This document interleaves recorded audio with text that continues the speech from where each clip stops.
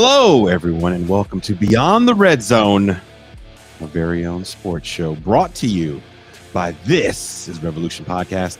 I am your host, Jason Miles, and I'm thrilled to have you with us this evening. If you're new to the channel, welcome. So glad you're here. For our returning listeners, subscribers, especially our patrons, hell yeah! You are the fuel keeps the TIO engine going. Speaking of patrons, we're just a few patrons away from hitting an incredible milestone: 1,000 patrons.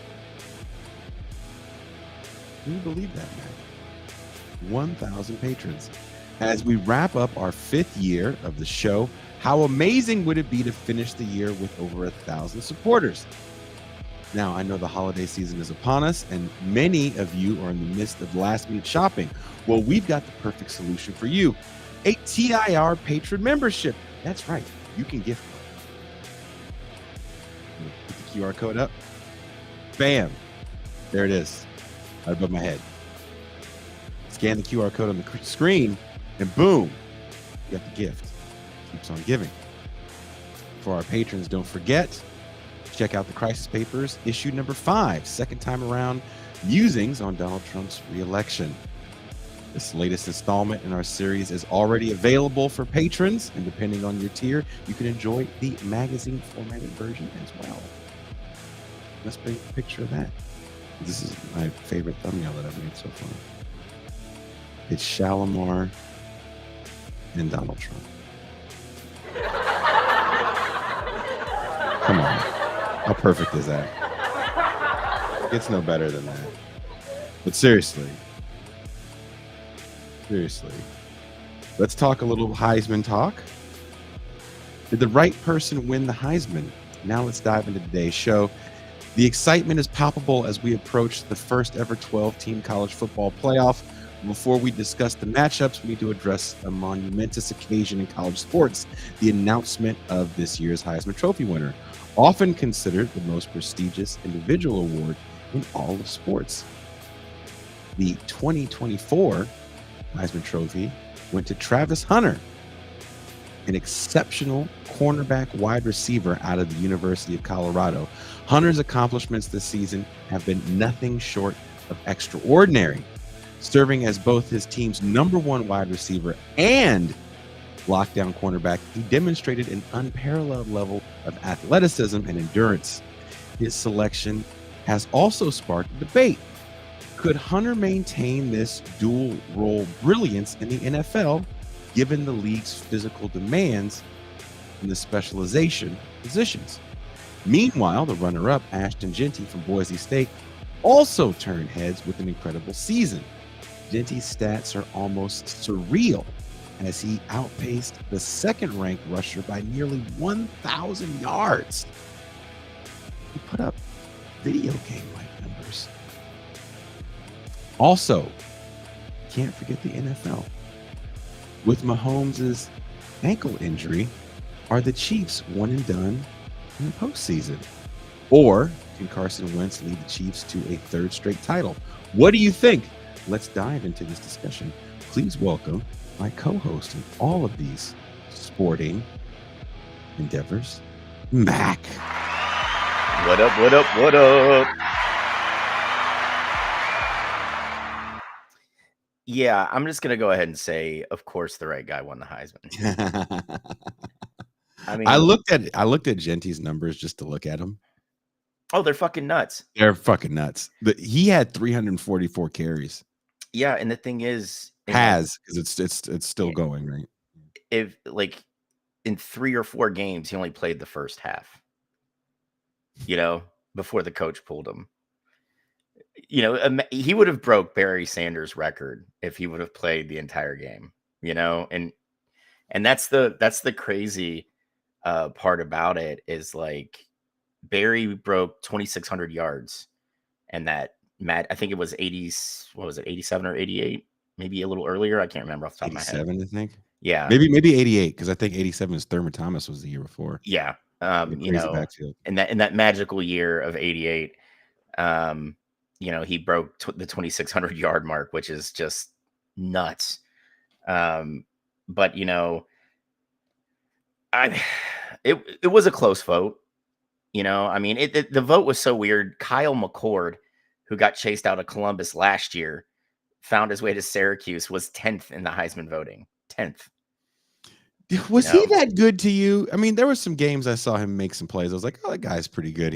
I think he'll play at the next level. I don't know as a starter. He also had a game where he threw 5 interceptions, right? Like, so this is my whole thing with the Heisman, right? Like, I think we need to get off the nuts of quarterbacks. That's what we need to do. The truth of the matter is a quarterback's always going to put up numbers in college, right? If he's a 5-star guy and he's in the right system, he's going to go throw for 11 billion, yards and have like 30 touchdowns. But we don't see seasons like Hunter's or Gentie's very often. So I think we should probably, I wish the voters would realize that. I would like to see some fucking defensive ends and linebackers win the goddamn award, because you have some just game-changing defensive ends that they're up for their own positional award, but they never get any love from you were the best player on the field, even though you were double teamed every single play that you were on the field this season. Yeah. But like a guy like Travis Hunter, dude had over 1,100 yards receiving, 14 touchdowns on the offensive side of the ball, 4 picks. I didn't realize he has the number 2 touchdown receptions in college. Yeah, dude. And that's the thing. Like, he was on the field, I think they said like 93% of the gameplay. He only came off the field for special teams. It's insane. Yeah. To see that and to watch. I watched a few of those games, those Colorado games.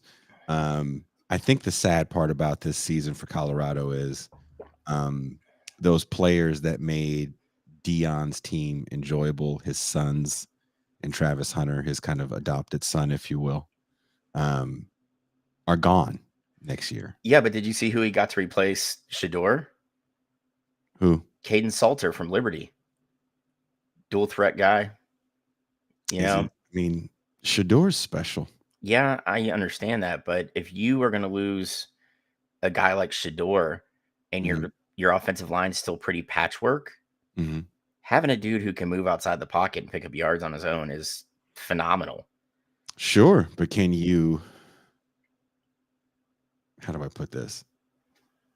We're really going to find out, because the one thing about these guys, they followed their coach, right? Travis, Shiloh, and Shedeur all followed Dad. Caleb Williams followed Lincoln Riley, right? For the guys that followed Coach, it looks like their play got better. Absolutely. And what happens to the guys that transfer out that don't get the coaching they need at the next level?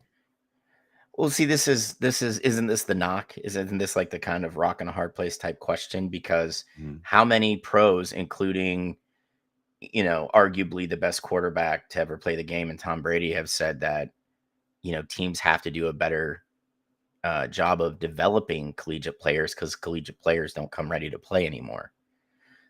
So it's kind of like, which one is it? Now, like Deion, you weren't. He's the new prototype CEO coach, right? The X's and O's are left up to his coordinators. And I mean, honestly, that's why you saw Michael Vick get the job at Norfolk State. If he can just do okay there, I wouldn't be surprised to see a big, FBS team, Group of 4 team, take a chance on him. He was supposed to go to Sacramento State, but I think he wanted to stay in Virginia. I think that's what it more was. Norfolk State's like, I think 40 miles from Newport News. So that and Sacramento State, there's a lot going on at Sac State. If you don't know what's going on, they have a group of boosters that raised $50 million just for NIL in an attempt to move from FCS to the big leagues. But the thing is, Sac State's stadium is shit. Their facilities are shit. Their head coach just quit after a 4-8 year. You know, although your boy Scatabo got his collegiate start there. You I know, really like him. I think he's going to be fun to watch at the next level. yeah, he's going to be a bruiser. You know, but like the thing is, Sac State's not ready for the bump up. They really want into that rebuilt Pac-12. That's what they want. But I just, dude, I mean, I'm not trying to be an asshole, but it's an FCS program that didn't invest in the program before they were like, we should really move up a level. You know, and that's why they play on a glorified high school field. You know, like you have to be able to seat 25,000 people in a stadium to play at FBS, and Sacramento State couldn't do that right now. They are better off taking that 50 mil, doing a little more fundraising and building out that stadium and getting a real weight room and an athletic facility and all that shit. So, well, does that really matter anymore? Because absolutely. I was watching a clip from our friend Max Brown, and he was talking about how he was part of that generation of recruits that were enticed by facilities. Mm-hmm. Does that matter as much anymore when it's all about the money? Absolutely. Then why do people go to smaller facilities for more money? Well, dude, if you're talking the big leagues, I mean, dude, even the service academies have phenomenal, you know, athletic facilities. That's just part and parcel of playing at, you know, at the FBS level. You have to have places where people can, you know, train all year round, where they can get the, you know, the science, the nutrition that is science, you know, food fed to them. You know, that's part and parcel. That's kind of to be expected now. And if you can't provide those facilities, and we talk about this, what, a million times, about how these kids are getting younger and younger and starting that kind of training program early on when they're going to the collegiate level, especially in this sport or even in basketball, which is supposed to prep you for the next level.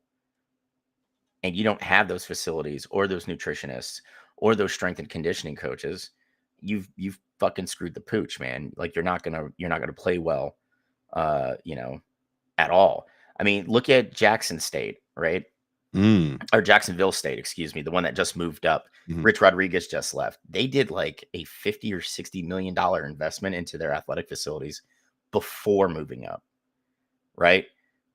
They did the big plunge with bringing in Rich Rod, you know, because he's not going to come too cheap, even if he's on like kind of like his redemption tour. And obviously it worked out for him because he went back home to West Virginia to take over that program again. So, you know, I mean, you have to have those facilities so these guys can train. As much as we like to bag on them about, you know, stupid expenditures, which teenagers do that, and, you know, hey, go for it.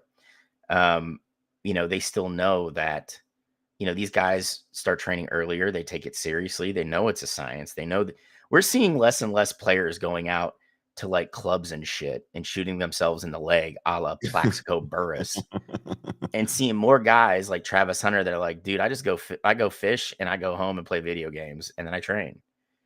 You know, that's becoming I'm more not the gonna lie, norm. dude. Travis Hunter's acceptance speech had me a little misty-eyed. Yeah. Maybe it's the holiday season. I think maybe you're just in your feels, and that's okay. It's okay to be in your feels, Jason. You know, You didn't get a little misty when he did his speech? fuck no, man. You want? I have a giant hole where my heart should be. Okay. I mean, Virtuoso, that's a good question.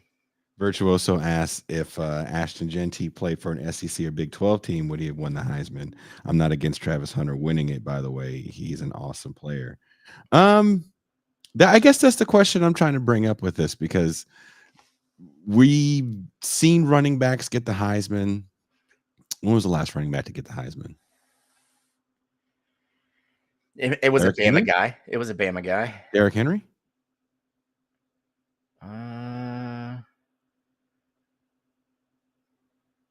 Maybe.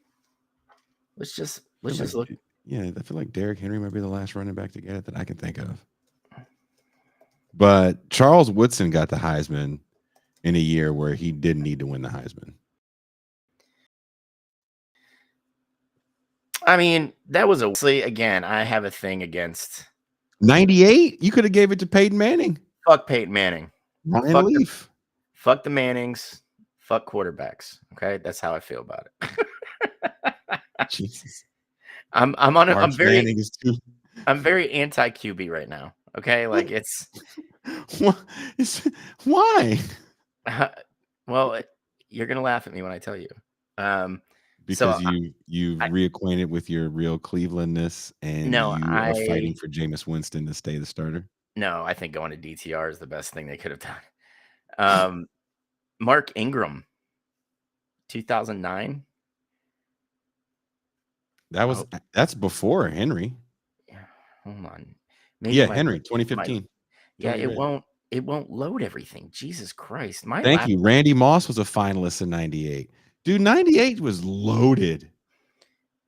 Well, the thing that was going to work against Moss was just him playing for Marshall.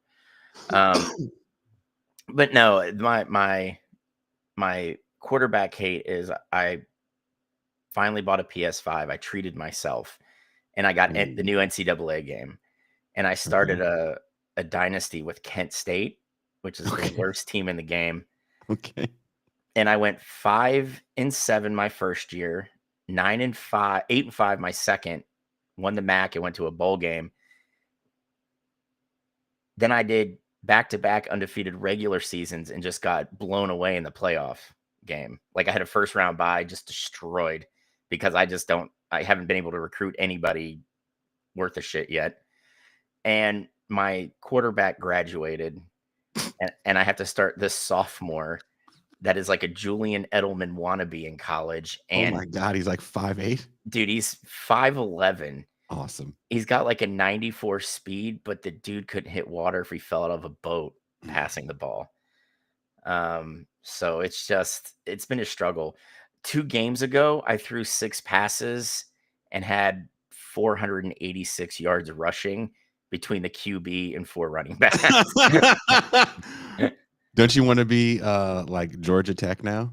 Like Georgia Tech circa 1965 the to thing is 2014? My recruiting classes are getting progressively better. So I'll be able to have speed at the receiver position to where they can get away from the corners. Because like the first year I went to the playoff, I played Georgia and I only lost by 10. The second year I played Notre Dame. I threw 5 picks and lost by like, I think 31 points. Jesus. Just got fucking rocked, dude. So DC Joe Black says, why is Lionel? Yes, I'm wearing a Lionel Richie t-shirt. I mean, let's face it, through the 70s and 80s, nobody threw dick down quite like that. Right? No, but well, this is the only one. We found this weird t-shirt place at this weird spot in Mexico a few days ago. And this was very inexpensive. I want to say it was like $1, $2. But like whatever you saw, it was like, that's all we have. Oh. Like, I don't understand. There was some of the shirts were hella cool. They'd have like 15 of one thing. And then I was like, do you have any more of these Lionel Richie shirts? They're like, no. And so I was looking for a shirt for Ben Burgess. And I said, I'm looking for a shirt for my friend for a Christmas present. Mind you, no one there speaks English. And for some reason, Mac, they had all these black people shirts. Like they had multiple sizes and of Aaliyah shirts. Oh.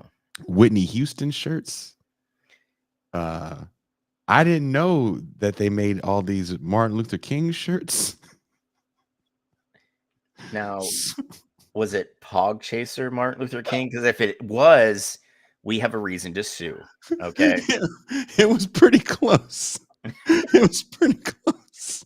I was like, wait, why do you guys have all these black people shirts? And so I said, well, I need a double X because, you know, Ben's a big dude. So I need double X. And the salesperson went and got me this shirt and I fell out laughing. It said, Black history is everyone's history. And they were like, get this for your friend.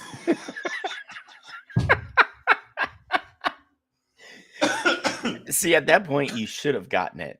I fell the fuck out. I was like, I want to, but my friend isn't black. And they were like, oh, dun dun dun. Plot twist. See, that's what makes it fun, though, is that you wear the shirt that says Black history is everyone's history. And then it's just like me wearing it. And just watch the looks, you know? Mercutio said, long story short, Jason got a bit of shirt with each individual member of Earth, Wind, and Fire. I wish. I can't say what I got him on air, but they had it. They ended up having a band shirt that worked. But it was just the stuff they would show me had me. Proud Black Woman. They had all these shirts that said Proud Black Woman. I was like, I'm in the bowels of Tijuana right now. Where are all these black people buying these shirts? Well, I mean, they're coming from across the border naturally. In America, they're not going to make them. You know, they got to go elsewhere. It's going to be funny. We're going to read in the USA Today about like this huge underground black market, like black people t-shirt business from Mexico. That's just going to make Trump's head explode. Do you see what they're doing? They're bringing all the black t-shirts into America. They're stealing your black swag. Yeah. They're stealing your Riz.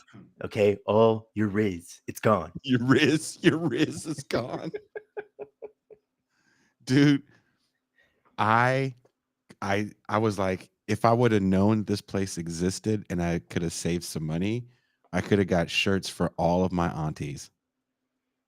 They had so many positive black woman shirts and yeah. I know where I'm doing my Christmas shopping next year. Yeah, dude. I go to the shop next door and it's just a bunch of like indigenous shirts. And I'm like, yes. Like, what's with all the indigenous shirts? Yeah, I asked them, I said, what's with all the black shirts? And they were like, because they didn't know, because they didn't know some of the phrasing. And they were like, is it racist? And I said, no, it's not racist. They're like, oh, okay. Because they don't know. Because there's racist shit that sometimes people sell, and I'm like, I'm being totally serious. Did I tell you this the other day? No, probably not. The other day when I did the show at the Witch, the bookstore was open, and I went into this little bookstore, and they just it's not like a bookstore with like shelves. It's like tables and there's books on them. Yeah. And I was like, oh, maybe they have like a little learning book for Phoenix I can get him for Christmas. And the first thing I saw was a bunch of Nazi shit. And I was like, that's weird. And then I kept looking. Yeah, I figured you'd have to go to Argentina to find a bookstore with tables full of Nazi books. That's what I thought. You know? That's what I thought. And then someone told me, oh, no, there was a whole Nazi scene. Really? Yeah, I had no idea. And I don't think the person selling the books really knew. There's no way they could have really known. But it was in Spanish. It wasn't in English. But I bought the Communist Manifesto in Spanish. They had that. Yeah. I mean, right next to like Nazi vampires. Yeah, I was like, what? Right next to Mein Kampf Spanish edition. Yeah, it was like a bunch of I was like, what the fuck is all this Nazi shit? It's weird, some of the stuff that you come across randomly. It's like you go into that same store with like your friend that could read and like read Spanish. You know, they're Mexican, but they're like breaking everything down for you. Like, what's that one say? Died you die. I don't. Yeah, that's a good one. What? Like that's not the book you want. Yeah, you don't want to go with that one. You and the crypto chip. Wow. We made it 32 minutes before we went off the rails. We have to stay on because we got to at least talk the NFL. Yes, we do. Because I think it's a happy day for you and I both that everybody's least favorite white dude, Kirk Cousins, who I'm pretty sure is in the same club as Sam Darnold and JJ McCarthy. I'm just saying. He got sat the fuck down, and it's the Mike Penix Jr. show now. Is it too late though? No, I don't think so. They play in the NFC South, dude. But do you think Penix needs a little time? What better time than now? There's only 4 more games. Yeah, but I mean, dude, you're not that far out from winning that division against Tampa. I mean, why not? I mean, this is a dude who can't look any worse than Cousins the last 5 games. Honestly, I would have given him the hook about 3 games ago and put Penix in. So Eric. Sam Darnold is happy, so Jason, keep laying that pipe. Dude, Sam Darnold is playing the Vikings are playing some very good football. I don't know if they can. They played well against the Lions when they played them last time. I don't know how they play against a Lions team that is coming off of a loss like that. It's not even that. I mean, the Lions could literally start an all-pro team from their injuries right now. Their defense is decimated, and there's only there's only, you can only lean into the X's and O's so much before you have that talent deficiency, and they're getting to the bottom of their depth chart. So on the defensive side of the ball, and you can only throw so much spackle over that before it gets, found out. So, I mean, if you would have said a month ago that, the Lions would be struggling going into the playoffs, I would have laughed at you. But with the injuries now, dude, it's going to be harder for them to stop people from scoring. And that's the sad part, because that offense is humming. People naturally, you want a guy like Montgomery to be healthy and play, but I don't think they're going to have that big of a drop off with Jahmyr Gibbs carrying a lot of the load. This is a league that's built on sharing carries, so they'll get the next dude up, and we'll see what happens. The blocking's still going to be the same. The play calling's still going to be the same. And no, Newry, I hate Kirk Cousins because there hasn't been a man who is so mediocre that is so financially successful, right? I can't think of any. No. Neil O'Donnell got a fat contract. Yeah, and that nothing like this. Yeah, that lasted all 2 years. Scott Mitchell got a big contract for a minute, but yeah, these were people that didn't get these. Yeah, mega deals. Cousins has gotten $140 million guaranteed for being. Has he ever even made it to a NFC Championship game? No, I didn't think so. How many playoffs has he made it to? Not many, and he hasn't won. He's also pretty injury prone. Yes, he looks like a 38-year-old dude coming off an Achilles injury right now. See, I think we need to start realizing that when you hit your late 30s and early 40s and you tear an Achilles, you're not coming back the same, bro. It's not going to happen. We have 2 of those fucking cracker pencil dick motherfuckers that it happened to last season, and then they open up this season, and they look like what I would call a bag of smashed assholes when they're on the field. You're not coming back very well from that, man. The body doesn't heal like that. And on top of that, man, fucking Cousins has an amazing supporting cast. How do you look so fucking bad? And Dayton, bingo. I agree with you there. Chandler Parsons was another one. And we can blame Mark Cuban for that. That was a horrible deal. Why the fuck would you sign him to that deal, man? I don't get it. But Taysom Hill, we need to talk about this real quick. Mm-hmm. What was with the love affair with that dude? Taysom Hill? Yes. Because he has one phenomenal game out of every 14. And then the other 13, he does fuck all. Right? Dude could have been the starting quarterback for the Saints and wasn't good enough to be him. Right?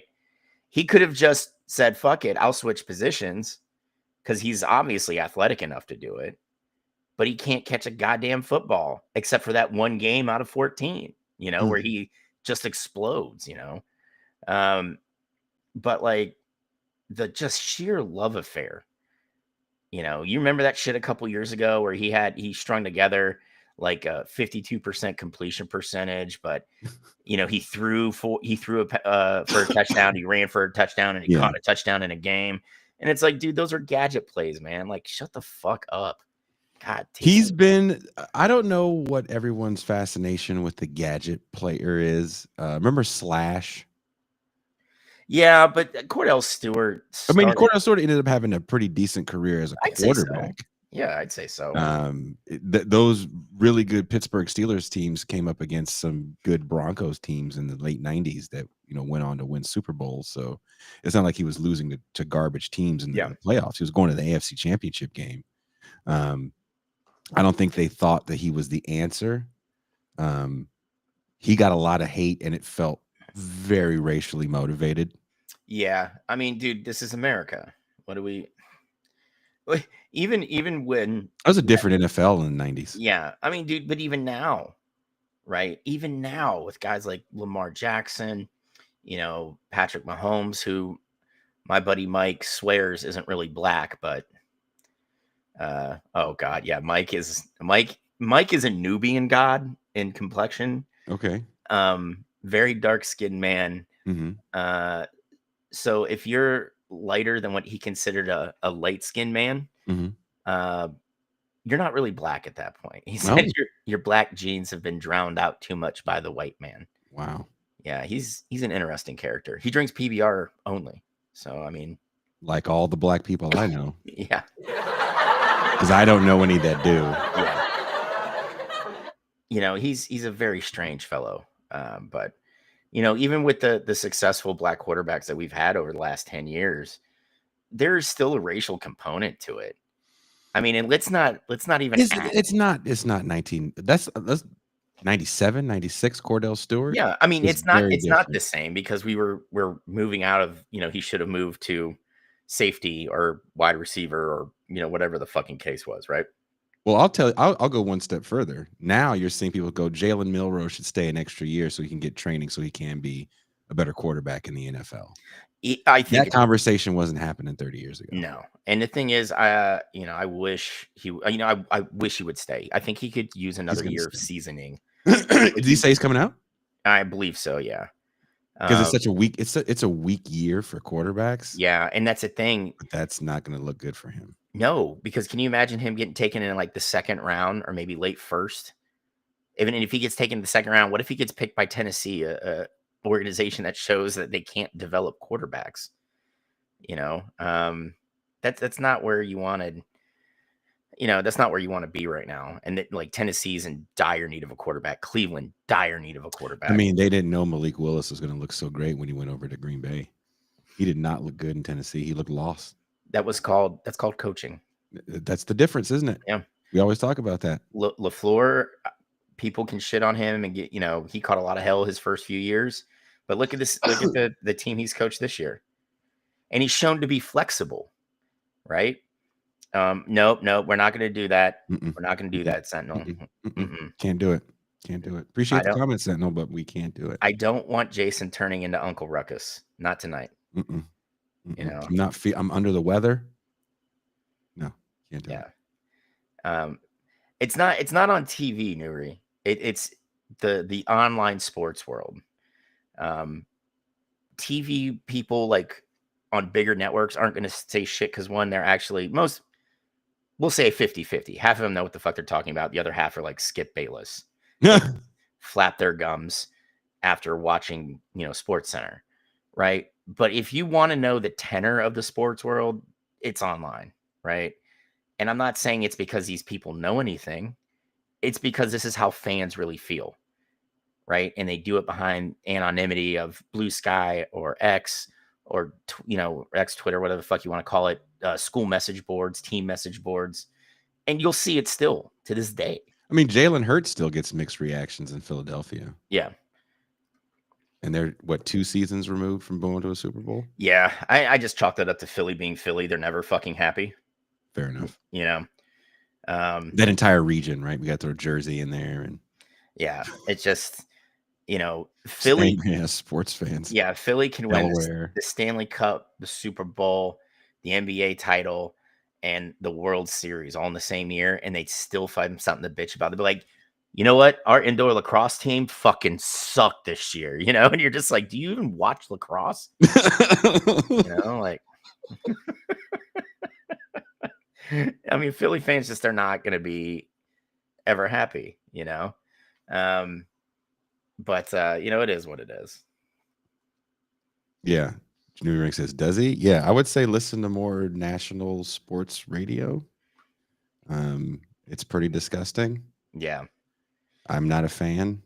No. Colin Cowherd constantly says things that I'm like, how do you have a job? Yeah. Fucking Skip is starting to be, following Cowherd down, into that path. A friend of mine goes, he said, dude, I love Colin Cowherd. I was like, why? He goes, because he's just spicy. I was like, but he just says shit that doesn't make any sense. Yeah. It's just pure nonsense. It- And the thing is, like, I blame Jim Rome for a lot of it. Oh, it all starts with Jim Rome. Yeah, everything. It all starts with Jim Rome. And he made it cool to like be the spicy guy, to stir the pot at all times, and it's just like now, like, dude, look at all the dickhead. Like, I blame Jim Rome for Barstool. Okay, like, it gave Dave Portnoy, a guy who is like the northeastern Kirk Cousins, right? So mediocre, and he just fell into a fucking money pile because he starts Barstool, in this big online void, and he fills it with all these fucking spicy sports people, right? And now there's a Barstool like Columbus for Buckeyes fans. There's a Barstool same, Bay Area for, Warriors and shit, right? Like, there's all this shit, and there's little franchises everywhere, and Portnoy can just say and do whatever the fuck he wants because he's a power player all of a sudden in the sports world. And it's like, dude, you don't know shit. Like, less than I do, bro. Yep, Mike and the Mad Dog, Tony Bruno, like all those guys, man, they fucking suck. They were just angry. Yeah.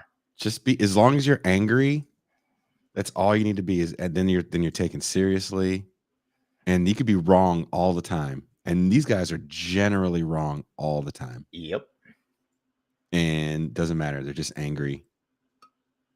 I don't know. I was listening to some of that shit today, and I was like, God, I hate this shit so much. Yeah, dude, it's absolute just insanity. The way these guys can just be so wrong,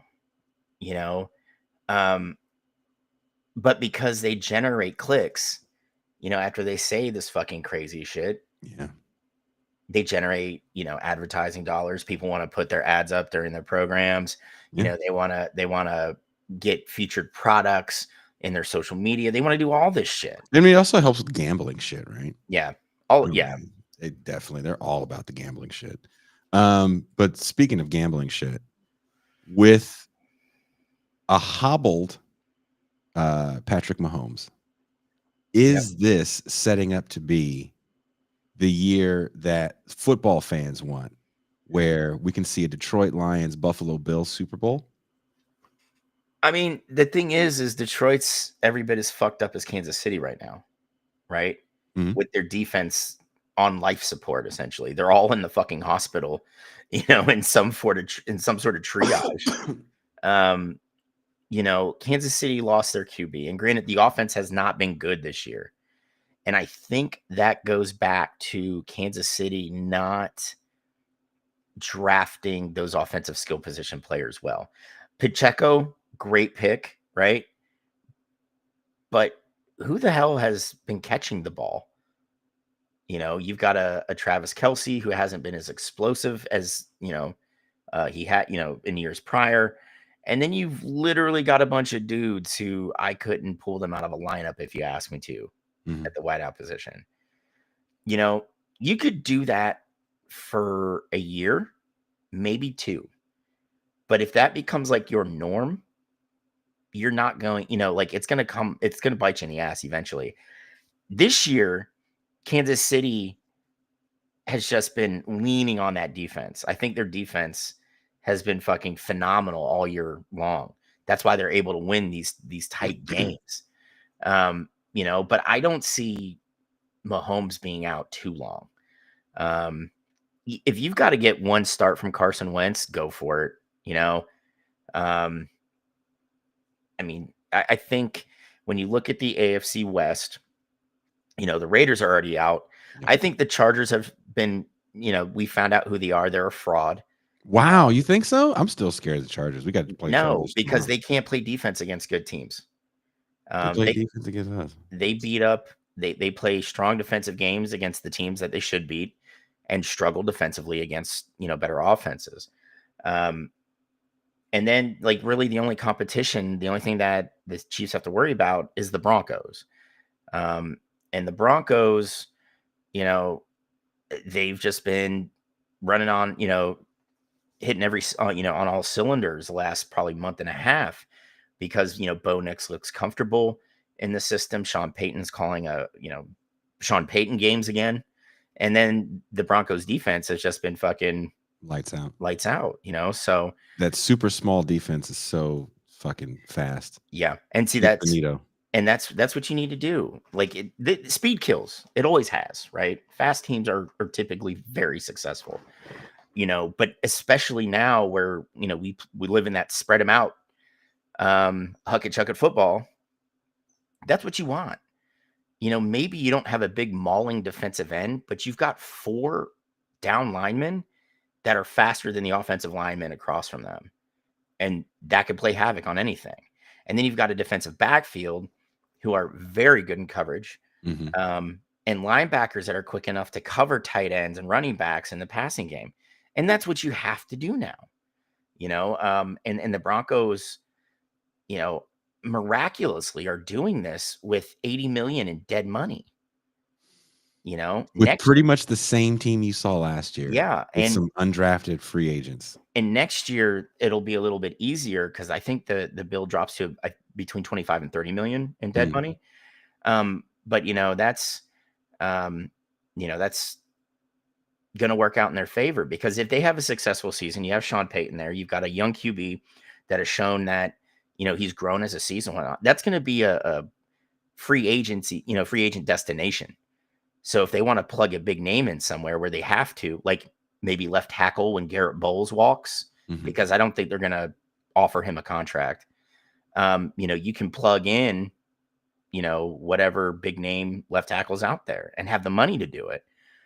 So the Broncos are, even with the monster blow that was the Russell Wilson contract, has still managed to surprise people this year. And I'll tell you right now, Denver's defense cannot be equated to Dallas's because Denver's defense is a much better coached unit than Dallas's defense is. Yes. Dallas's defense is poorly coached and has phenomenal athletes and phenomenal talent on that side of the ball. Yes. And they live and die with that talent doing what they're supposed to do. And sometimes that talent thinks I can pick off this pass and completely blows a coverage and gets burnt, right? Denver's defense does not do that. Everybody plays their role, and it's a very self-supporting system. Vance is a phenomenal defensive coach, and I think it's shown this year. Very much so. So you can't really compare the two to here. I'm not trying, that Dallas does play with a smaller, faster defense, but again, it's not coached well. Denver doesn't have the names. Like there's no Micah Parsons on the outside with Denver. Jonathan Cooper is good. Nick Bonito is good, but they're not anywhere near Micah Parsons. Yeah, but I mean, if you guys watched this once or 100 times, coaching is what is paramount. You have to be able to, one, identify talent, develop it, and tailor your system to take advantage of that talent on the field. And it doesn't matter what fucking sport it is. It could be fucking curling.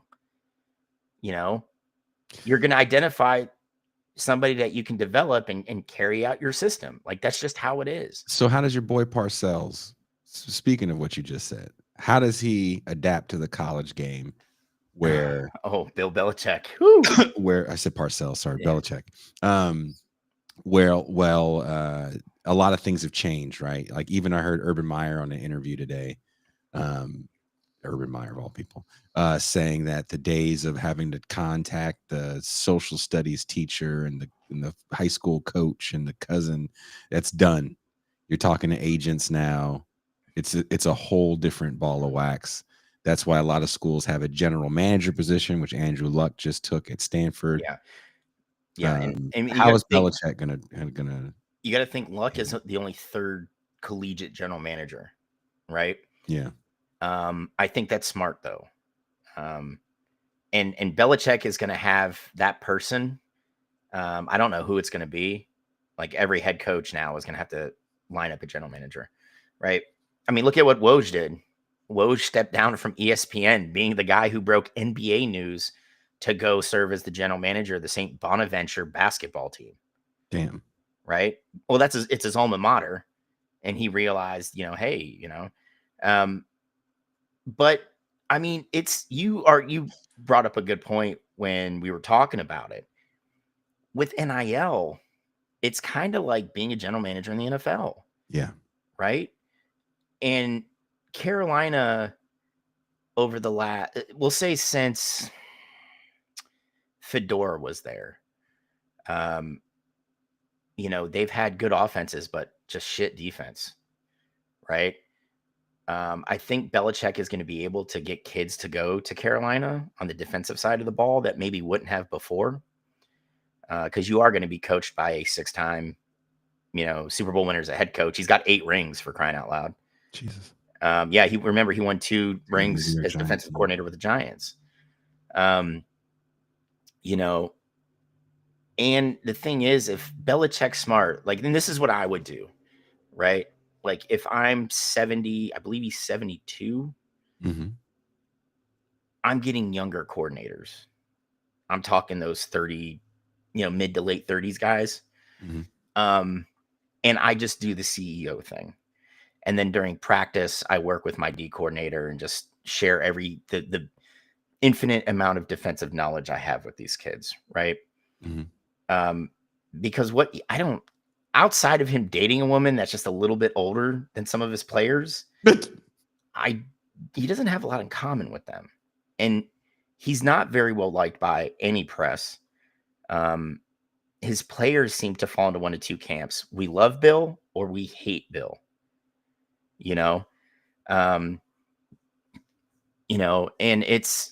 he's going to have to change his tune a little bit at the college level. But with that being said, I think he could be every bit as successful down there, down here in Chapel Hill, than he was in New England, because he is Bill Belichick. He's one of the best X's and O's guys. I think those last few years in New England, he kind of like maybe bought into his own hype a little too much. Like, I can make Matt Patricia into an offensive coordinator. But like, he's taking that job when we may see the dissolution of the ACC, right? And UNC is going to be a feather in the cap of either the SEC or the Big Ten, that can get them to go either north or further south. So, but I mean, he could be very successful down there. It's just, how does he approach this, and how does he approach players? I don't think, you could. I don't think you could play the Martinet, the field general type thing in college the way you can in the pros, to a certain extent. Like, he ran a rough team in New England for 20-something years. But I don't think he's going to be able to do that in Chapel Hill. But I still think, he'll be able to recruit. depending on how his staff, shakes up. Um, but we'll see. I want to see who he puts on staff first. That's what I'm really interested in. I The was staff that he surprised. puts out, what kind of offense is he going to run? What kind of Yeah, defense is he going to run? exactly. And Who's going to come to the school from the portal? How much they raised a bunch of money, didn't they? they had to, because UNC fell back a lot in NIL. I don't know if you saw the number one recruit for the 25-26 year in basketball opted to go to BYU rather than UNC because of Why? NIL money. Well, that's what I'm saying about the whole facility shit. Like, you gonna tell me that BYU has better facility than UNC? Yes. Dude, do you know how much money the Mormon church dumps into BYU? Yeah. I'm Yeah. aware, Yeah. but It's a metric fuck ton. It's more than Jordan brand Nike money that gets put into Carolina. some metric fuck ton. Yeah. I mean, dude, they don't have to, publish what they, the money they generate every year, but they said that the literal fucking Church of Latter-day Saints, someone projected they generate anywhere from 3 to 5 billion a year. And they just dump it into BYU. So I mean, there was a reason, like when BYU finally took the dive into joining a conference again, and they were like, well, if we go to the Big 12, we're only going to get like 25% of these TV payouts and shit for like 7 years. And the church just goes, fucking do it, dude. We got you. We'll cover the difference.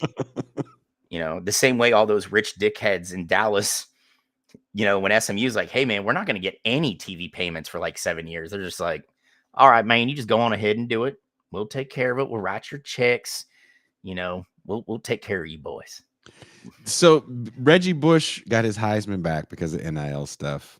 Can Eric Dickerson now stop acting like he never received money? He won't though. That's such a part of like him and Craig James both. Yeah.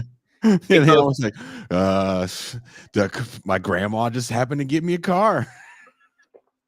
And see, that's the thing. If you watch Pony Excess, the Yeah. 30 for 30, Dickerson is in a like WUA TV, Channel 6 news interview, like standing in front of that Trans Am. And he's like, yeah, man, the school Texas A&M gave it to me. Like Yeah, Texas A&M gave him the Trans Am, and then he gets signed to SMU, and it was a whole big deal. And yeah, and it's like you cop to it already. You can't walk it back now, man. those dudes are so like, ugh. I haven't seen an interview with him in a while, so maybe he talks about it now. But and I understand why you don't want to get in trouble. You don't want to get the school in trouble. But I mean, dude, it's like you said with the NIL stuff and the NCAA like reinstating Bush's Heisman. And let's face it, the NCAA and member schools like Terrell Pryor is suing Ohio State and the NCAA right now over the tattoo gate stuff. For the tattoo stuff. Yeah, right. Like the NCAA is searching for any kind of like goodwill shit. So they're gonna give Reggie his Heisman back. If Eric Dickerson came out and was like, "Bitch, they said they gave me 30,000. They gave me 230,000." I don't think the new NCAA president's going to do shit. I think that new NCAA president is just going to be like, God damn it. Oh, I knew it. You know what? We can't do anything, guys. Sir, nope. It's not even fucking worth it. It's over 30 years ago. We've got bigger headaches right now. We got to start paying these fucking kids. Can you believe that? I know, sir. Yeah, We should be planning for this. Nope, we're gonna let the schools do it. We're gonna let the schools take care of it, sir. That's what got us into this position already. Well, we're just gonna keep doing it. Why change it? it was working then, wasn't it? Yeah, it's just fine. It's just Look fine. at the TV revenue. Yeah, it's just fine. That's why Colorado is playing BYU, two Big 12 teams, but Colorado was slotted as a Pac-12 team. It makes sense. That's yeah. No, do you want to know what's absolutely crazy? Those new Big 12 schools that came from the Pac-12 will be slotted as Pac-12 bowl teams for bowl tie-ins for 2 more years. Does that mean the Pac-12 gets some money from that? No, the school gets the money from it. Okay, so what does the Pac-12 get? Prestige? What prestige? It's gone, man. That ship sailed, bro. That's what I'm saying. Why would you slot him as a Pac-12 team? Because they sign these contracts, right? Yeah. For the bowl lineups. So it's like the 6th Big 12 team against the 7th Pac-12 team. Well, the contract's still binding, even if the conference can't, make it happen. Oh, okay. And because of the weird situation that Pac-12's in, with them being a 2-team conference this year, and they have until the end of next year to get to 8 football teams to be a real conference again. They still have these bowl tie-ins. So they come up with this it's the slapping of the duct tape on the big vat of water. They'll just count as Pac-12 teams for now, even though they're in the Big 12. Makes perfect sense. And the NCAA just goes, yeah, that'll work. And then they didn't see this happening where BYU and Colorado, who are both Big 12 teams, end up playing each other in a fucking bowl game. It's so dumb. Well, that's what's going to happen with these mega conferences. Well, I mean, the thing is, if we end up with the 2 top heavy, the top heavy Big 10, top heavy SEC, I think the bowl tie-in thing will go away for them. They'll get to pick and choose what bowls they send teams to, right? So we'll say that both those conferences get to 20 teams. So there's 40 out of 134, right? Mm-hmm. If they have like a 7-6, like one of those really exciting, like barely above 500 teams, like we'll say like Vandy catches on fire again, has another like one of those years where they're like, 7-6, 7-5, eyeballs are on them. Mm-hmm. They can just go to a bowl that has a tie-in with 2 other conferences and be like, listen, put these guys in your bowl game. That TV eyeballs are going to shoot up. You're probably going to have a bigger school bringing people more to the dude. They'll be like, hey, AAC champ, get the fuck out. 7-6 Vandy's coming in, because that's going to generate revenue for the bowl. And that generates revenue for ESPN, who owns 35 out of the 42 bowl games. Damn. So first one's this Friday. Playoffs. Oh, yeah, but see, the first bowl game was last Friday. Yes. Did you watch it? I watched the highlights. I did. I watched the second half. South Alabama looked phenomenal. Did you watch the other bowl game, Memphis and West Virginia? No. I have such a hatred in my heart for West Virginia that I don't watch anything the Mountaineers are involved in. It's such a beautiful part of the country. Just filled with fucking idiots. That's not true. They vote for Joe Manchin. Yes, it's true. Look, I don't think all of them do. Enough of them to keep him going back to the Senate. It's less than you think. I don't care, Jason. There's a picture behind me. Where is it at? If you point out a picture of West Virginia, I'll cry. There's West Virginia. That right there. You twirling that guitar in the air. That's in West Virginia. That's in Parkersburg, West Virginia. The thing that makes me so angry about West Virginia, it used to be such a pro-labor, pro-worker stronghold. And now it's just this. When in like 1874? Until the 1940s. Really? With the coal mines and the Yeah, very, very strong labor areas, very strong union. They fought Blair Mountain there. Like, come on, man. Yeah, but again, the coal mines and the script. Hey, dude, I'm not saying that's a good thing. I'm talking about them turning their back on organized labor and voting against their own interest in droves. Look, it's deeper than just people not being bright and you hating the Mountaineers. I think a Mountaineer stole your girlfriend. What fucking girlfriend, dude? You leave the Mountaineers alone. You leave Morgantown alone. I won't. I'll shit all over Morgantown. Wow. Don't shit on Morgantown. I will come to Mexico. I will bring back a gallon of Mexican water. I will chug it in Morgantown and proceed to get all the intestinal viruses I can and just shit all over that town. All over it.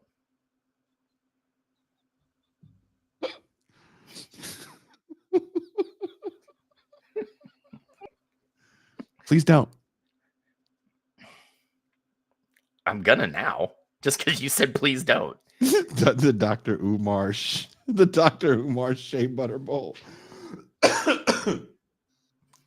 Look, dude, West Virginia is a wonderful place. What about Marshall? Dude, I feel bad for Marshall. That's in West Virginia. Well, I mean, dude, did you hear what they did to their head coach? You know, the guy who won the Sun Belt wasn't offered Yeah. wasn't offered a contract extension, and was just played like he coached a lame duck season where he won a conference title and was allowed to walk to Southern Miss, a conference foe, and all these players were like, "Nah, fuck this dude, I'm out." And they had to back out of their bowl game. They got replaced with Louisiana Tech at 5-7, playing an 11-2 Army team. You know, like the whole team hit the portal. Dude, yeah, essentially. The entire team hit the portal. I mean, dude, that they love their coach.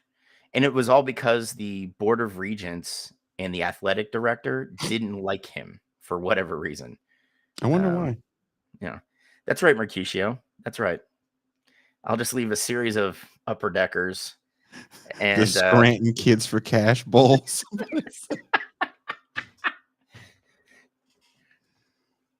Dude, it's getting to the point where Jason and I could hopefully get all you guys to kick in, and we'll sponsor the Who Gives a Shit Bowl. I didn't know. I was listening to some bowl. They're like the something bowl that used to be the Jimmy Kimmel Bowl. I was like, he had a bowl game for 1 year. The Arizona Bowl was the Barstool Sports Bowl last year. You know, like if you can come up with the money, these organizers will allow you to sponsor it. They fucking will. Listen, people do some bad in West Virginia. Mac is like, fuck the whole state. Hey, DC, I have to play it up a little bit. West Virginia is gorgeous. There's a lot of rad people in West Virginia. But like when Jason pushes back on it, I then have to escalate. Okay, I am American. Hello, we escalate everything. Don't get Norville. You got totally Norville. Dude, I love watching bowl games. I don't, ever since players opt out now, it's not the same. I mean, we shouldn't have as many bowl games as we have. Going into 84, there were 17. We're at 42 now. It gives me so much more to watch. I know. I'm aware. But when you institute a playoff, you have to do one of two things. People forget that like FCS, that is funny, Jolabite.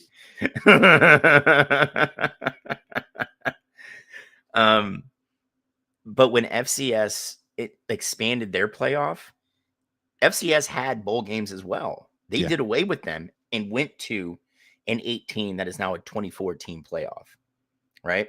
Mm-hmm. The big leagues were like, we're not going to do that. And honestly, it's because ESPN, you know, their television partner in many of these leagues, owns the bowl games and still generates ad revenue and shit like that from it, right? Mm-hmm. So what incentive do, you know, the Power 4 conferences have to say, you know what, we're not gonna participate in these bowls anymore. We're just gonna focus on the playoff, right? And it's like, even with the playoff at 12 teams, and it's honestly within the next 2 years, because you know it's only locked in for 12 this year and next. After that, they can opt to expand it. And honestly, I would like to see them expand it to 24 teams with every conference champ getting an automatic bid. That's the dream, right? Yes. Right. And then at that point, you could take the non-conference champs and just buy ranking in the top 25 and fill out the rest of the bracket. No committees, nobody picking the teams. You're being judged by what you did on the field, right? because we're never gonna get rid of the polls. That'll never happen. The polls have been there as long as college football's been around. Like those two are just like linked. They're fucking docked together. Agreed. Their foreskin is just wrapped over the other. You know, they're stuck. They're a Chinese finger trap at this point. But you know, and then if you have to have bowls, incorporate them into the fucking playoff. You know, your first round game is the Pop-Tarts Bowl. You know, we're gonna see Marshall from the Sun Belt play Tennessee from the SEC. You know, like shit like that. You know, if they have to have the bowl games, just make them the playoff games. You know, that would make sense to me. I would even, I would dig that. You know, but see, the thing is you would still lose a bunch, and then you'd get all these like old curmudgeonly fans, or just, you know, edgelord younger fans that are like, well, that disrupts the tradition of the game. The tradition of the game doesn't really matter anymore. It's changed. It's finally caught up to what it is now. You know, players are being paid for the exposure and their athletic talents on the field finally. Right? It's, call it what you will, it's semi-professional. Okay? Like, I think it's about as professional as it can get, because some of these guys are talking about making millions of dollars. Like I keep wanting to say Shador. Who was the quarterback we mentioned? Jalen Milroe. For Jalen Milroe, 5 years ago, yeah, it makes sense to go to the NFL. If you're going to be a first-round draft pick, to stay in college, to be exposed, you're only going to hurt yourself. To risk injury, you're only going to hurt yourself. Now, you can make more money, maybe, staying in school than you can with the rookie minimum in the NFL, even if you're a top 3 pick. Yeah, you know, that's the thing. If you can make some money, like, that's why I'm not mad about some of these quarterbacks and some of these players that stay in college and leave with a PhD. You know, like, they should leave with a PhD. Well, no, dude, the one tight end from who started out at Miami ended up in Oregon. The 9-year guy. Yeah, dude, he's like 2 classes. Like he's got 2 classes in his dissertation, and he'll have his PhD. At least he was busy while he was playing. Yeah, he's you know, a minority. I mean, who's the kid? He's been the quarterback at Utah for a while. Cam Rising. Yeah. Cam Rising. I didn't know this. Same high school class as Trevor Lawrence. Yeah. And the thing is, nuts. He's lost like 4 years to injury too. Like for me, I'm like, dude, if I'm getting killed like that, I'm done. Right? Because he's not getting like little injuries. Dude is like out for the year. Yeah, like I've torn my left ACL about 13 times. Like how can this dude think that? I don't want to say anything rude or mean or disparaging about his NFL hopes, but you're now hitting your mid-20s. It's not like you were out playing professional baseball this whole time. You've been playing football this whole time. Yeah. And you keep trying to stay so you can get that first round look, and it's just not happening. Yeah. I mean, and I think especially for quarterbacks, that's more of an issue. Because it is such a high priority, position. Because like, you and I both grew up in the NFL where you could be 1 deep at QB. Your backup's never going to see the field. He probably doesn't practice much. He's Johnny Moxon from Varsity Blues, right?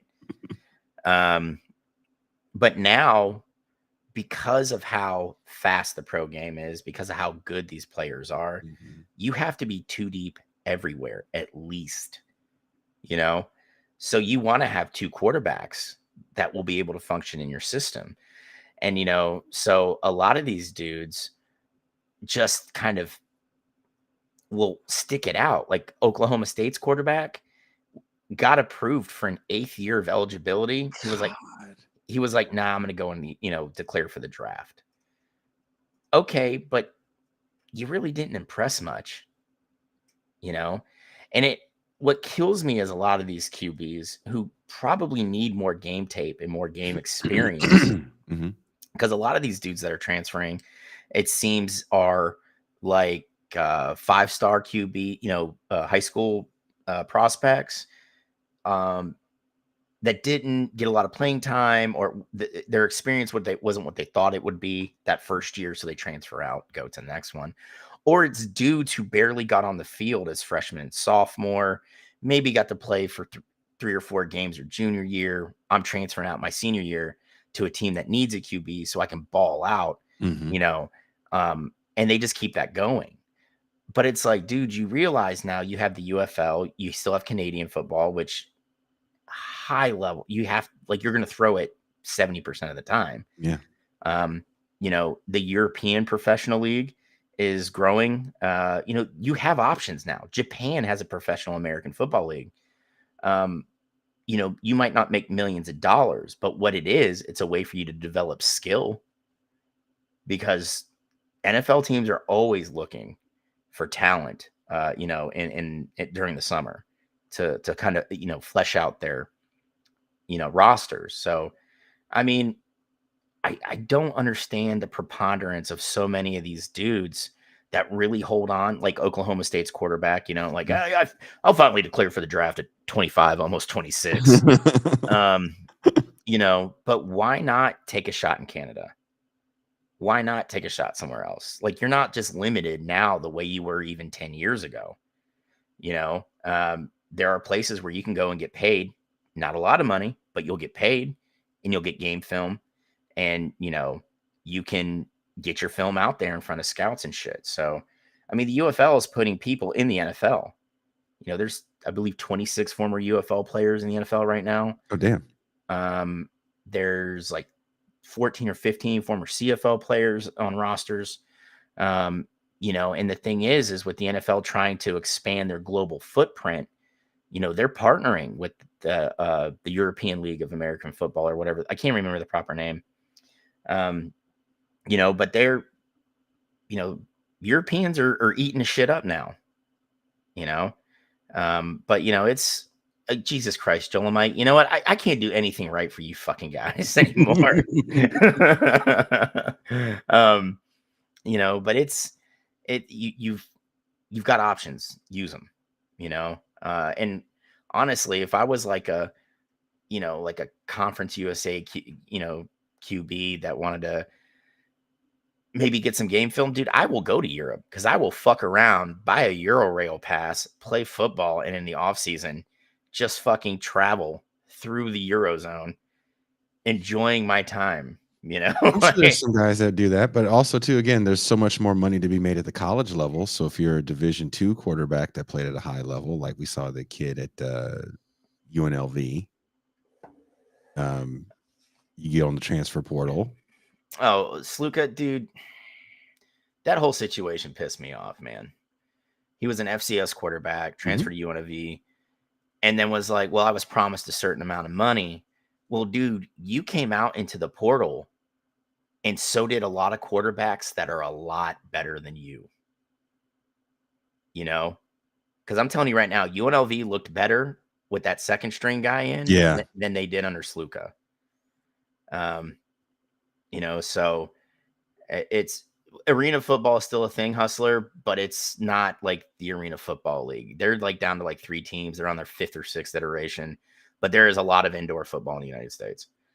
But like you came out when a lot of these, the big programs that are looking for QBs either have someone waiting in the wings, like Ohio State has Julian Sayin. He transferred from Bama to Ohio State. He's a sophomore. Or you got Oklahoma that went out and got that kid from Washington State who's just fucking phenomenal. So like he was thinking he was going to link up with a big team, and most of these big teams already have their shit. They've already got their guy. Like I wouldn't be surprised to see him back at like a, Mountain West, level program. Not that it's a knock against Mountain West, which is just going to turn into the Pac-7 soon. But it is what it is. But I think that kid shot himself in the foot. Even with UNLV losing Odom, there's a lot of talent on that team. And I think people from Vegas are starting to get like kind of locked in on him, you know, and it. I when the Raiders moved there, I knew it was a matter of time. If you want to talk about facilities, it's only going to be a matter of time before UNLV started kind of getting the after effects of having all these pro teams. And I think it's working now. UNLV in the Pac-10 is something I'm all for. I think that would be awesome. Yeah. I mean, the thing is, it's essentially the head of the state university system was like, listen, Reno was its own place. Vegas is its own place. This is not a package deal. So if the UNLV people opted to go, they can go. But there's a senator in Nevada that's like, nope. If one goes, the other's got to go with. I mean, I wouldn't mind seeing you. That's where Colin Kaepernick went. Yeah, but Reno doesn't want any part of that shit. That's where the pistol comes from, everybody. Yep. But, you know, the Reno is happy in the Mountain West. That gives them a chance to, you know, fight for a bowl game and have like a conference title every 5 or 6 years. They go to the Pac-12. That's not fucking happening. I don't know. Maybe some people want to go play football where you can ski and surf in the same day. Maybe a 6-hour drive, but you can do it. Yeah, but I just I don't see it, man. You know, so but I mean, Reno's got a really small everything. Their basketball spot is super tiny. Their football stadium is like a high school stadium. It's a tiny, tiny place. Yeah. UNLV is a world. Vegas and Reno are not the same. Yeah, it's like I said, I was really surprised that the head of the state university system's like, listen, if Vegas wants to go, they can go. It's not a package deal, you know. Like they're both still going to be here in Nevada. Yeah, I'm still going to be in charge of both of them. So like, who gives a shit, you know? You know, and I think that's the mature way of looking at it. Like the big problem here in North Carolina is UNC is a member of the Association of Academic Universities, which almost every school in the Big Ten is a member of, believe it or not. Maryland's not, Rutgers is not, Nebraska's not. But the essentially North Carolina General Assembly, which is run by Republicans, was like, listen, if Carolina leaves, state has to go with them. And the Big Ten's like, nah, bro. Nah, bro. You know, I mean, Tony Petitti, or however you say his fucking name, the new Big Ten commissioner, went on the record and said that Florida State would not be a good partner for the Big Ten conference right now. Fucking Florida State. What the fuck would the NCGOP think that the Big Ten would bend over backwards for fucking NC State? No way, man. Get fucked. If they don't want Florida State, they sure in the fuck don't want NC State. And if Tony's being that nice about it, can you imagine what Mike Slive in the SEC is going to be saying? Whew. He does not mince words, man. He does not mince words at all. That's, NC State. I'm trying to think. They only have one basketball championship? Yeah, under Valvano. That was it?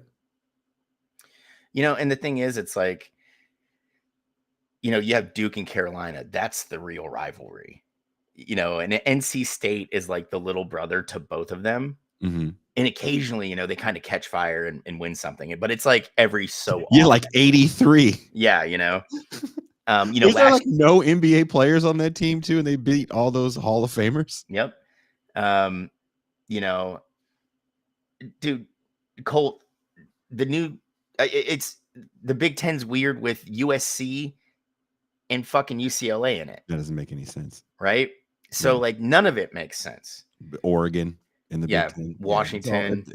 All saying all this stuff is weird. Callan, Stanford in the Atlantic Coast Conference. Tahir's talking about like being a Raiders fan, and I don't know how anyone can call that team the Las Vegas Raiders. That's the Oakland Raiders of Las Vegas. just do it like the Angels were for a Yeah, couple the years. Angels. Yeah, the Los Angeles Angels of This is the Anaheim. Oakland Raiders of Las Vegas, Nevada. Yeah, because it doesn't make sense to me that that team is in Las Vegas. Yeah. Yeah, dude. And I mean, it is what it is, dude. That's the shitty part. Um, that Oakland was stripped for parts, Oof, essentially. Um, oof. As you I'm about know, to drive there in a few hours. and the shitty thing is, this is, I mean, the Raiders have always kind of like had a foot in the door and a foot out the door Mm-hmm. with Oakland, right? And that's just that's like a Davis family tradition, right? The A's had that great run in the early 2000s. They had that phenomenal run in the late 80s. I have talked about. Wow, Mauricio. Wow. No, I'm under the weather today. Yeah, and I had a 2-hour lift because I wasn't sleeping well. This is around the time of year my insomnia gets horrible because it gets dark early, and Oh. I just go into this, like, my body's like, we're not sleeping tonight. And I'm like, body, brain, turn off. And they're like, no, sir. You're going to get anxious about something right now. And we're not going to tell you what it is. And I'm just sitting there like, God damn it. And then I don't sleep. So I just went to the gym and lifted for 2 fucking hours. Deadlifts. Oh, dude, no, I did back today and it was Oof. fucking phenomenal. I had this woman come up to me who was phenomenally fit, just fucking ripped, dude. Mm-hmm. Was like, holy shit. Like, she came up and was like, hey, take your headphones off. And I was like, hey, what's up?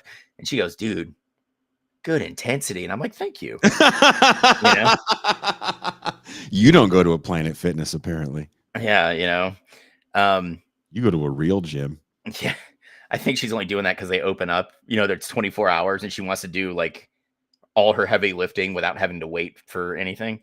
But yeah, like, Oakland had sustained success with sports, especially. I think what pissed me off most out of all three of them right now was the Warriors, right? And I get it. There was kind of like this love-hate relationship with the Warriors and the people of Oakland for a very long time. But when you go on that run, Yeah. With the Curry, Yeah. excuse me, guys, Curry and Green, The light skin Klay run. Thompson, right? Yeah. Light skin. Light skin run. Let's just call it what it is. It's the greatest light skin run in the history of sports. And we all know how my buddy Mike feels about Klay and Steph. Okay. Right? He can think what he wants. But people were showing up. They were, you saw actual fans out and about. And they're like, hey man, yeah, we got these titles. We love Oakland. We're going across the bridge. Right? Yeah. And it's like, from the business standpoint, I get it. There's more money on the other side of the bridge, right? Yes. But when you're talking about like the baked in fan, they weren't on the other side of the bridge, man. Like, you had fans that This is what it is with the Warriors, and and I've said this before on the show. I don't know how old Tahir is. I think we're around the same age, and he can back me up on this. If you're my age, I'm 47, slightly younger. don't look a day older than 23, Jason. I feel 123. No shit. If you're my age, you did not watch Warrior games growing up. The games that came on, the nationally televised games, were Laker games. Warrior games came on, if you were lucky, a UHF station. Public access. And I can't remember for me, it was channel 36. And again, wherever you grow up, these are going to be different channels. So the Warriors weren't really a team everybody knew. Like, everybody around my age that's a basketball fan is a Laker fan. They might dig the Warriors, but when it comes to like where their heart's at, yeah. Some guys became Bulls fans in the 90s. It was just a thing with Jordan, right? Just like I'm sure Cowboys fans, and ain't none of your friends from fucking Dallas. but the majority of cats were Lakers fans because the Warriors just weren't a thing. I think I've said this before on air. I thought that's where the Ice Capades was. Yeah. I didn't understand a team played there. The A's were a big deal Yeah. because they had won in the 70s and they had personalities. And it's Yeah. not like where the stadium was better. It's always been ridiculously violent. So when the A's were winning and going to World Series, that was one of the most violent places in the Bay Area. Yeah, I mean, my buddy told me, he's like, yeah, man, I remember being 9, and he's like, my dad like worked at, in the Bay, like he worked like shipping. Mm-hmm.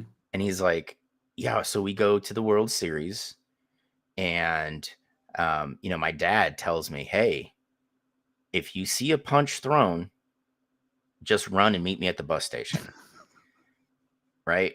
And I'm sitting there like, how far away is the bus station? He's like, dude, it's easily like a mile away or some shit, right? Mm-hmm. And I was like, did your dad get in a lot of fights? And he's like, no, dude, what happens is because of Oakland being kind of a rough and tumble place, especially during that World Series where they played the Giants, he's like, dude, it was like hands on sight if you saw a Giants fan down at the Coliseum, Oh, and I was like, oh, dude, yeah. He's like, dude, he's there just used like, to be fights. Giants fans used to fight. The Giants, this is what's so funny when you think about these two places. The Giants didn't necessarily play in San Francisco proper. They played like way outside of the city. yeah, Where that ballpark is now. The other one was like, is in the outskirts, right? Those fans fought all the time. Whenever the Dodgers would come to town, this is back when your local game, you had to pay to get it. yeah. And we had Giants vision. And so we didn't have it. So I had to watch it between the squiggly lines, but you could still hear it. And they would always leave the game and cut to the fights in the stands. The Giants and Dodgers fans fighting.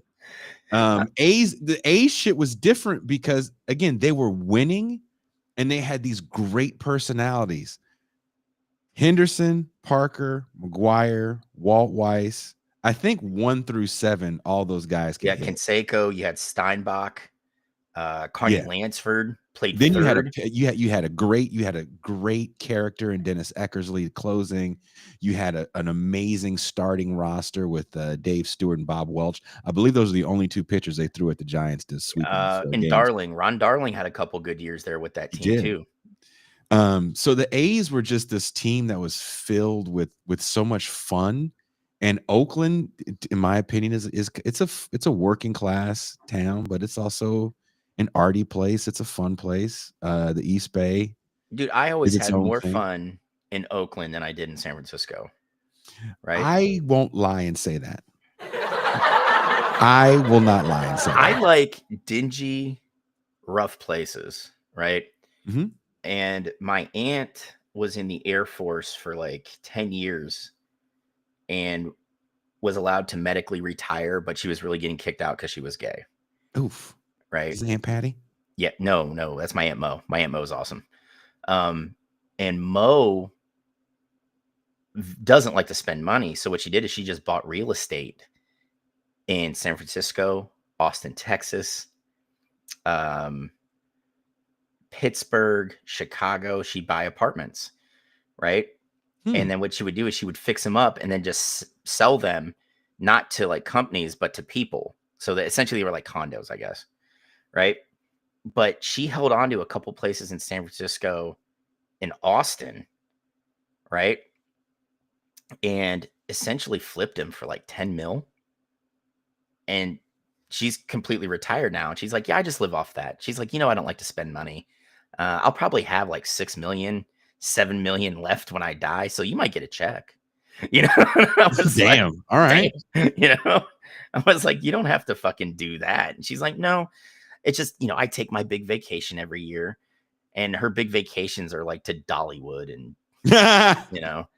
like she's not like, she traveled in the Air Force, right? She was intel. So she got to go to all the places she wanted to go for free, essentially. So she's like, now I just like to go to cute places, and her and her partner just fucking go to Dollywood. And I think last year they went to El Paso just to say they went, And I was like, you know what? That must be nice. That must be really nice. Yeah. You know, I'm trying to think, is there any place that we went to just to say we went there? I don't know. I went Maybe I went to Maine. Poughkeepsie just to say I went to Poughkeepsie, and I'll never go back. Peekskill. I think we drove through Peekskill because that's where the Facts of Life was supposed to be. But when you think about, you got me thinking about those old Giants and A's teams and even Niners teams, right? Yeah. The Niners played in that same stadium in Candlestick. There was nothing happening once you left Candlestick Park, even during those Niner years when everybody talked about how the Niner fans were all from Napa because the Golden Gate Bridge isn't that far Yeah. away. Well, I And mean, they were the wine and cheese crowd. It's like, that's fine, but what changed so much that we had to move to a downtown stadium or move the team out of the city so far? yeah, into a developing, like I shouldn't say Santa Clara is not developing, but you know what I mean? Like they have growing entertainment districts that they wanted the stadium to be a part of. I mean, It's a nightmare there, dude, because you oh can't. It was easier to get to Candlestick, but Candlestick was a nightmare to get out of. yeah, This place, the last time I was down there was for the college football championship in what year did Tua play Trevor Lawrence? 2018? I believe so. Yeah. Okay, so I was there for that. I had to work that. It was kind of a bitch to get in and out. There's Yeah. really not much going on around there because it's all like office buildings. Yeah. And see, this is the thing. This is what kills me about these modern stadiums that want to build these entertainment districts around them. Like LA. Like LA, like Atlanta did. Yeah, Atlanta. They're a perfect Moving example. out of Atlanta into Cobb County, where yes, you control everything. The parking, you're going to build the hotels, you're going to build the restaurants, you're going to build all that shit that you're going to get a cut of, right? But you know what they don't do well with? Conducting the studies on how highways will have to be redirected to give people easy access to and from the stadium. Yeah. What worked when it was at Turner Field or whatever the fuck it ended up being called at the end of its lifespan was you could take Atlanta public transportation to it and take it away from the stadium, and you don't have that option now. It's the same thing in fucking Cleveland, Jason. Why are we moving to Brook Park? And you know what kills me about this entire thing? And Claw and everybody from Ohio, Northeast Ohio, can back me up on this. Jimmy Haslam is refusing to do a traffic study to go along with this Taj Mahaslam that he plans in building in Brook Park. But the city of Cleveland did one, and they're like, we're going to have to redirect 4 major highways just so people can have access to this fucking thing. Jesus. How much is that going to cost taxpayers? Exactly. And how long is that going to take? And this is what I don't understand about certain stadiums. And I remember one of the things about Oakland was the location of the stadium was perfect, right? There's literally 2 freeway exits that lead you into the parking lot.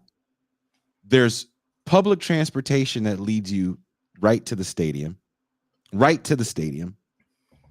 It was perfect. You watched the game, you had fun, you get on the train, you go party somewhere else. Yeah. It's not, it's, you know what I mean? You're on the train with a bunch of fellow fans now. Either really pumped because you won, or you're just depressed bummed together out because you lost, right? But Chris Contos is right. Raiders voted the best location in the NFL. Yeah. Bart and 880 literally leads you into the stadium. That's the Warriors too. That complex had all those teams, bam, bam, bam, bam, bam. So even if they're all playing the same day, yeah, it's going to be a little more traffic than usual. But still, the freeway funnels you into those parking lots. Public transportation literally has a stop at the stadium. Yeah. And it's the airport as well. I talk shit about Charlotte a lot, but they built like a train system that essentially just serves uptown Charlotte. And there's 2 stops right outside of Time Warner where the Hornets play, right?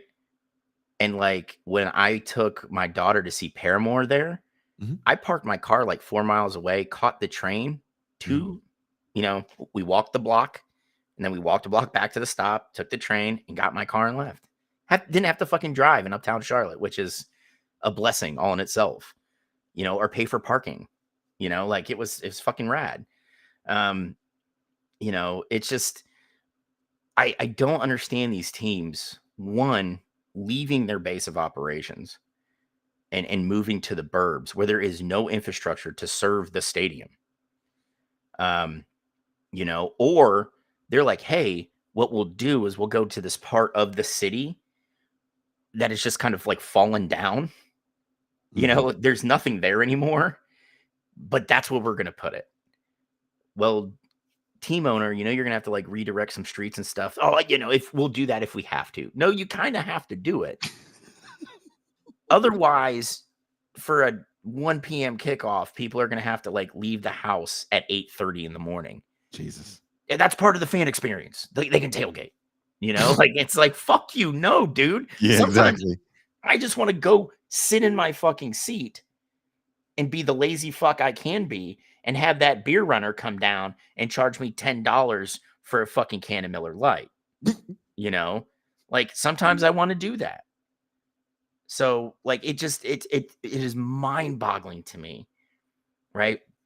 It's just these owners are so fucking greedy and just so short-sighted because they don't understand the effects on the people around where they're building these fucking stadiums, what those effects are going to be on them as they get to work, as they're working, as they're just trying to fucking, I don't know, be a citizen wherever that stadium is being built. Yeah. Like Claw can tell you, Brook Park, there is nothing fucking there, man. Nothing. And they think that they're going to plant the seeds of an entertainment district and it's going to sprout up. Dude, Haslam is expecting Brook Park to kick in half the money for this stadium. And they generated $25 million in revenue last year. That's it. Where are they going to come up with $750 to $900 million? It makes no fucking sense. And there is no, Cleveland's got a trolley system now. I mean, it runs on wheels, but it's like a free bus, right? You've got the fucking bus. They've got trains. They've got all this shit that you can use to get around downtown Cleveland, in and out of downtown Cleveland. And you don't have to drive. It's fucking phenomenal. But, let's leave all that behind.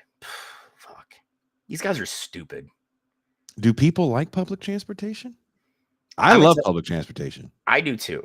And I'm going to tell you right now, Cleveland's buses and trains can get a little rough sometimes. But every time I go to like a Guardians game, I mean, you have 9 innings, at least 3 hours, right? Well, you have 7 innings. They don't sell after that. But like, say you're an enterprising fellow like me, maybe you bring some shit in. I don't know. It's not like they're patting me down very well. Okay. But you have at least 3 hours of drinking. All my buddies and I, we leave the game. We're like, okay, first pitch was early enough. We can still get the last bus, and it's just so much easier, especially like when I go home, I stay with my sister in Rocky River. If traffic's not too bad, it's a 12-minute bus ride from fucking right off Ontario to her condo.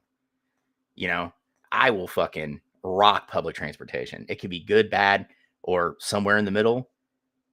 And I will still rather do that if I'm in a large urban area than fucking drive my car.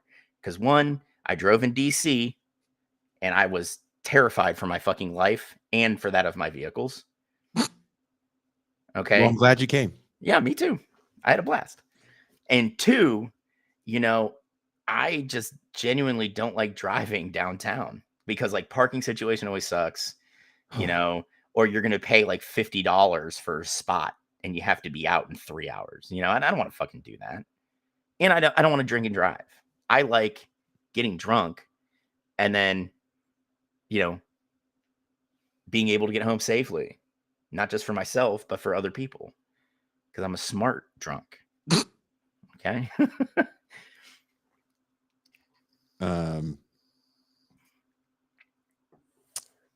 Calcio Storico Fiorentino. Where's that? Is that in Italy?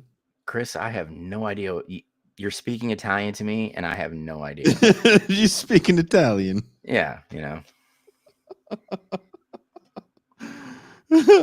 They just called you a high functioning herald. Oh my God. We've been spot on with sports ball the entire time, Jason. We had a good show. I am just taking shots from all of you right now. I'm an ageist. I'm a drink racist. I'm a high functioning herald. You're never living that down. God damn. High functioning herald. Say one bad thing about clear rum and you're marked as a drink racist for the rest of your life. High functioning herald is still the funniest shit in the world. Thank you guys for watching the last Red Zone of the year. That's right. This is the last Red Zone of the year. Next Wednesday will be a special Mau Mau Christmas edition. Probably the heaviest conversation this channel's ever done on Christmas. I mean, when we were, I'm doing the shows, right? So I have this big dry erase board calendar, and I look at the blank calendar, and I just try to fill in dates, right? So I hit up Pascal. No, he hit me up. He goes, "Hey, I have an idea for the Mau Mau thing." He goes, "I think I want to talk about Syria." I was like, "Okay," and I was like, "But the end of the month's on Christmas," and he goes, "Oh," and I said, "Why don't we record it soon?" And he goes, "Okay." So he asked me who he wanted on the show. Or he actually asked me who I thought would be good. And I said, well, why, Gene and Kuba are literally scholars of that region. We know Electra. She's a scholar of that region. Let's bring them on and we can have a history discussion and talk about blah, blah, blah. And so put it all together. Everybody agrees. We got a time. It's all set up. Record the show. We have a TIR group chat on Facebook. And Stefan mentions, he goes, that sounds like a good show, but I don't know who the fuck's going to want to watch a depressing shit like that on Christmas Day. I was like, oh, yeah, that's a good point. Well, I was like, we'll see what kind of masochists like this kind of stuff. Yeah, I mean, it's something that needs to be covered. It's like outside of Obama saying this was the red line, Americans don't know shit about Syria or what caused the fall of the Assad regime, or how our actions in Iraq really affected the fragmenting of the rebel groups there. So I'll be watching because I'm going to do Christmas with my kids in the morning, and then their bougie ass grandparents on their mom's side just built a house in Myrtle Beach, so that's where they're going to be spending their holiday, and I'll be here in Fayetteville, not sleeping, probably playing football and losing in the first round of the second round of the playoff again because I got a first round bye. You know how it is. It's just Mac things. It'll be great. Did you freeze up, dude?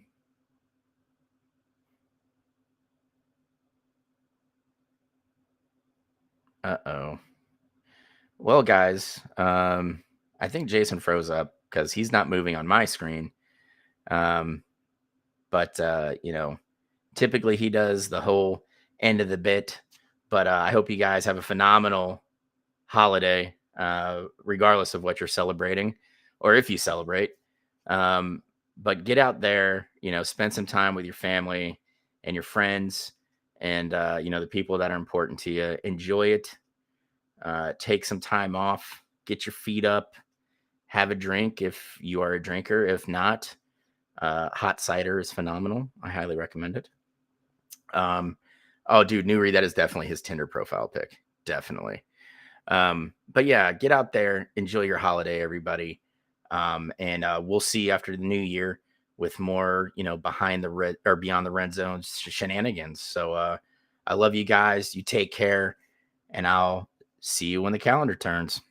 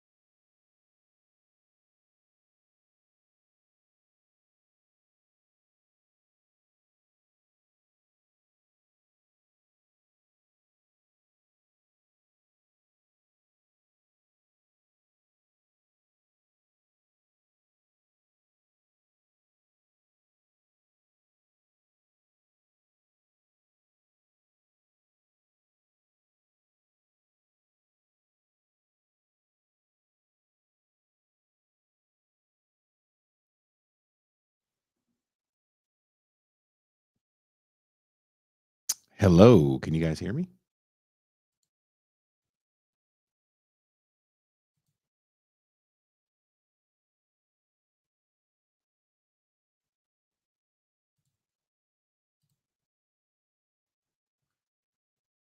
Can you guys hear me at all?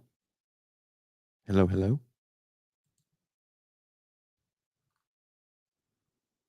All right. Well, we are out. See you next year.